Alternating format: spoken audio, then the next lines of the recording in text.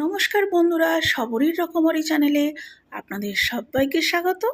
আজকে আমি আপনাদের সাথে এমন একটা রেসিপি শেয়ার করতে চলেছি যা সম্পূর্ণ নিরামিষ একখানা রান্না, যা বানালে শুধুই একটি পদেই খাওয়া হতে বাধ্য।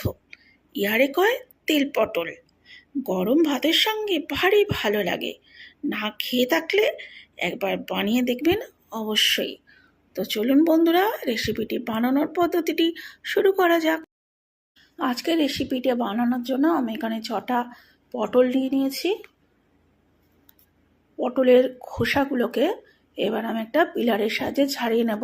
তবে একেবারে পুরো পরিষ্কার করবেন না, অল্প অল্প করে একটু খোসা রেখে পটলগুলোকে কাটতে হবে, ঠিক আমি যেভাবে কেটে নিয়েছি। এবার পটলের দুই পাশটা ছুরি দিয়ে একটু করে কেটে দিতে হবে। সমস্ত পটলগুলোই এভাবে কেটে নিতে হবে। এবার পটলের দুই পাশগুলো কেটে নেওয়ার পর পটলগুলোকে মাঝ বরাবর অল্প অল্প করে ছিঁড়ে নিতে হবে, যাতে করে ভাজার সময় সুবিধাও হবে ভাজতে, আর ভালো করে নুনটা পটলের মধ্যে ঢুকবে। এর পটলের দুই পাশগুলো ছুরি দিয়ে আমি একটু লম্বা লম্বি করে কেটে নিলাম। ভালো করে পটলগুলোকে আমি ধুয়ে নিয়েছি। এর মধ্যে এবার আমি দিয়ে দেব নুন আর হলুদ। নুন আর হলুদ মাখিয়ে রেখে দিলে এ থেকে ভালো করে মজে গেলে অনেকটা জল বেরিয়ে যাবে। তাহলে যখন পটলগুলোকে ভাজবো, ভাজার সময় তেলটা অনেকটা কম লাগবে বা তেলটার খরচটা কম হবে। তো আমি এখানে আধ ঘন্টার জন্য রেখে দেবো চাপা দিয়ে। এবার এদিকে আধ ঘন্টা বাদে আমি গ্যাসে কড়াই বসিয়ে এতে 3 চামচের মতো সর্ষের তেল দিয়ে দিলাম, আর দিলাম 1 চামচ কালো জিরে। একটু অল্প নাড়াচাড়া করে ভেজে নেব। একটু সুগন্ধ বেরোতে আরম্ভ করলে নুন হলুদ মাখিয়ে রাখা পটল এভাবে একটু তেলের মধ্যে সাজিয়ে দিতে হবে। পটলের এক পাশটা আগে আমি ভেজে নেব, ঢাকা দিয়ে ভাজতে দিলাম। পটল যতক্ষণ ভাজা হচ্ছে আমি এখানে একটা বাটিতে নিয়ে নিয়েছি 3 চামচের মতো টক দই, 1 চামচ কাশ্মীরি লঙ্কার গুঁড়ো, 1 চামচ জিরে গুঁড়ো, 1 চামচ চিনি আর সামান্য নুন। দইটাকে খুব ভালোভাবে মশলার সাথে ফেটিয়ে নেব, যাতে কোনো রকম দানা দানা ভাব না থাকে। ফেটিয়ে একেবারে ক্রিমের মতো বানিয়ে ফেলতে হবে।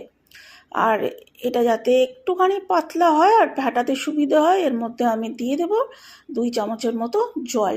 কিন্তু খুব বেশি যেন জল না মেশানো হয়, সেদিকে খেয়াল রাখতে হবে।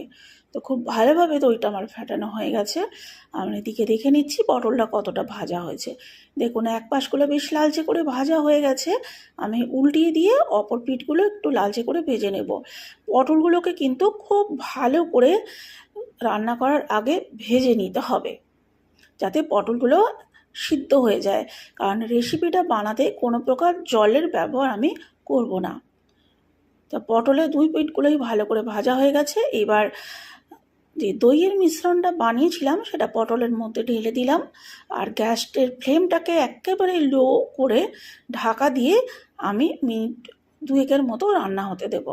2 মিনিট বাদে দেখুন কতটা তেল বেরিয়ে গেছে আর একটু শুকিয়ে এসেছে বলে আমি সামান্য 1-2 চামচের মতো একটু জল দিয়ে দিলাম, যাতে তলাটা না ধরে যায়। এবার পটলগুলোকে একটু উল্টে পাল্টে দিলাম।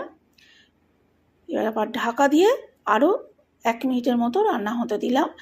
এবার যেহেতু দই ব্যবহার করছি, বেশি কুক করা যাবে না, দইটা ফেটে যাবে। আর এর মধ্যে শেষে আমি দিয়ে দেব কিছুটা কসুরি মেথি, চাইলে আপনারা ধনেপাতা কুচিয়ে এর মধ্যে দিয়ে দিতে পারেন। তো রান্নাটা আমার কমপ্লিট হয়ে গেছে, ঢাকা দিয়ে ঠান্ডা হতে দিয়েছিলাম। তো দেখুন বন্ধুরা, কত সুন্দর একটা রেসিপি আপনারা অল্প উপকরণ দিয়ে বাড়িতে বানিয়ে ফেলতে পারলেন। আর এটা বেশ একটু তেল তেলে ব্যাপার হবে, এই একটা রেসিপি দিয়েই পুরো ভাত উঠে যাবে। তো বন্ধুরা, রেসিপিটি ভালো লাগলে একটা লাইক দেবেন, আর কমেন্ট করে আপনাদের মতামত জানাতে ভুলবেন না। আর সাবস্ক্রাইব করা না থাকলে সাবস্ক্রাইব করার জন্য অনুরোধ রইল।